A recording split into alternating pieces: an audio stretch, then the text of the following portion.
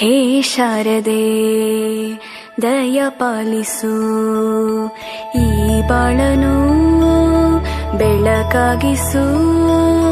ಹೇ ಶಾರದೆ ದಯ ಪಾಲಿಸು, ಈ ಬಾಳನು ಬೆಳಕಾಗಿಸು.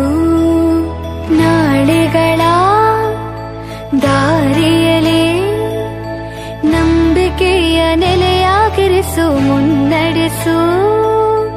ಕೈ ಹಿಡಿದು ನಾವಾಡೋ ಪದ ಪದದಲ್ಲೂ ಸಂಚರಿಸು.